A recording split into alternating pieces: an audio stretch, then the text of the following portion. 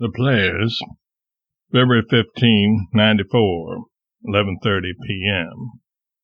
Livy, darling, yesterday I talked all my various matters over with Mr. Rogers, and we decided that it would be safe for me to leave here the 7th of March in the New York. So his private secretary, Miss Harrison, wrote and ordered a berth for me, and then I lost no time in cabling you that I should reach Southampton March 14 and Paris the 15th. Land, but it made my pulses leap to think I was going to see you again. One thing at a time. I never fully laid Webster's disastrous condition before Mr. Rogers until tonight after billiards. I did hate to burden his good heart and overworked head with it, but he took hold with avidity and said it was no burden to work for his friends, but a pleasure. We discussed it from various standpoints and found it a sufficiently difficult problem to solve. But he thinks that after he has slept upon it and thought it over, he will know what to suggest. You must not think I am ever rude with Mr. Rogers. I am not.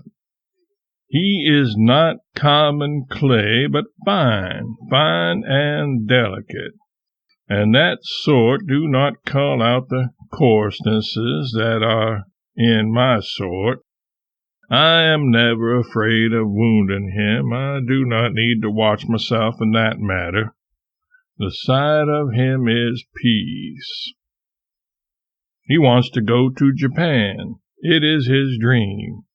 Wants to go with me, which means the two families, and hear no more about business for a while and have a rest, and he needs it. But it is like all the dreams of all busy men, fated to remain dreams. You perceive that he is a pleasant text for me. It is easy to write about him.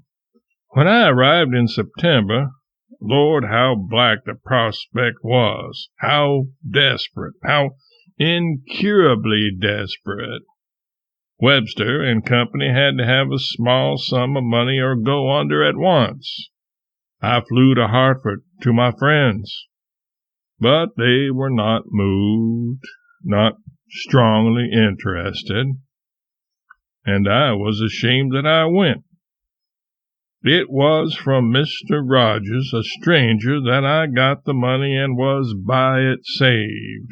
And then, while still a stranger, he set himself the task of saving my financial life without putting upon me, in his native delicacy, any sense that I was the recipient of a charity, a benevolence.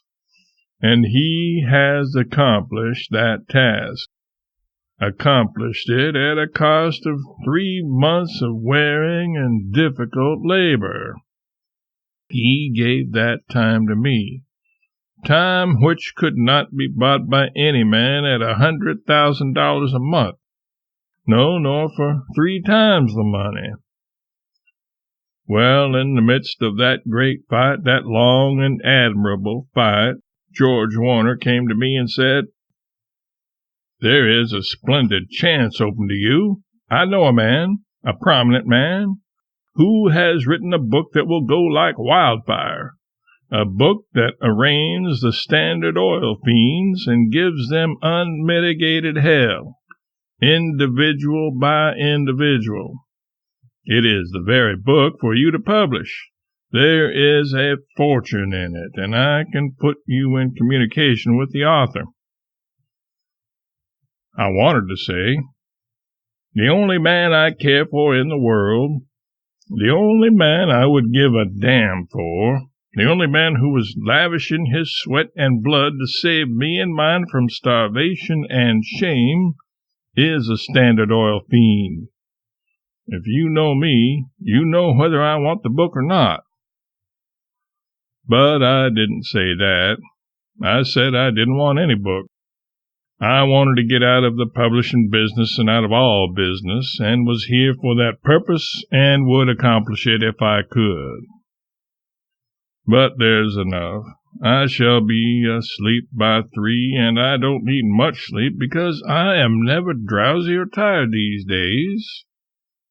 Dear, dear Susie, my strength reproaches me when I think of her and you, my darling.